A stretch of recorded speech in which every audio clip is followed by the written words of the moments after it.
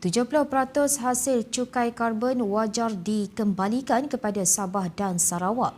Itu desakan yang dilontarkan Premier Sarawak, Tan Sri Abang Johari Oping menggesa Sabah dan Sarawak diberikan sekurang-kurangnya 70% daripada hasil cukai karbon dikutip Putrajaya, memandangkan dua negeri itu merupakan penyerap karbon utama Malaysia.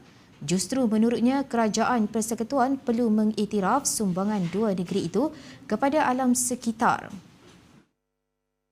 Tegasnya, Sabah dan Sarawak bukan sekadar memiliki hutan yang luas, malah berperanan sebagai penyerap karbon utama negara serta menyumbang kepada penghasilan oksigen melalui proses fotosintesis sekaligus menjadikan kedua-dua wilayah itu aset strategik kepada agenda iklim Malaysia. Abang Johari berkata dasar karbon negara perlu berteraskan prinsip keadilan dengan mengiktirafkan sumbangan sebenar Sabah dan Sarawak sambil menegaskan hak karbon kedua-dua wilayah itu wajar dipelihara selaras dengan semangat Perjanjian Malaysia 1963 MA 63. Sementara itu, Timbalan Perdana Menteri Datuk Seri Fadilah Yusof, lapor utusan Sarawak dipetik sebagai berkata, Sarawak masih menunggu keputusan Kementerian Kewangan berhubung cadangan formula pembayaran geran khas kepada negeri ini di bawah perkara 112D Perlembagaan Persekutuan yang kini masih dalam peringkat rundingan dengan Kerajaan Persekutuan. Menurutnya, Kerajaan Sarawak telah mengemukakan cadangan formula tersebut bagi memastikan penyelarasan pembayaran geran khas pada masa hadapan dibuat berdasarkan mekanisme yang jelas dan dipersetujui kedua-dua pihak. Katanya lagi, ketika ini Sarawak menerima bayaran interim sebanyak 600 juta ringgit sementara menunggu keputusan berhubung formula berkenaan. Dalam perkembangan berkaitan menyentuh kekurangan bekalan diesel di Sarawak, penganalisis ekonomi Universiti Kebangsaan Malaysia UKM Dr. Muhammad Nasir Muhammad Saukani berkata, pelaksanaan budi diesel di Sarawak bukan dasar pukul rata. Sebaliknya, pendekatan bersasar bagi mengimbangi keperluan negeri itu dengan kekangan bekalan diesel yang dihadapi negara, kata pakar ekonomi. Memetik laporan FMT, jelasnya kebimbangan bahawa had 200 liter sebulan tidak sesuai dengan realiti Sarawak adalah wajar, terutama mengambil kira jarak perjalanan jauh, kos logistik lebih tinggi dan kebergantungan besar terhadap pengangkutan diesel. Namun katanya perkara penting yang sering terlepas pandang ialah mekanisme itu tidak meletakkan semua pengguna dalam kategori sama.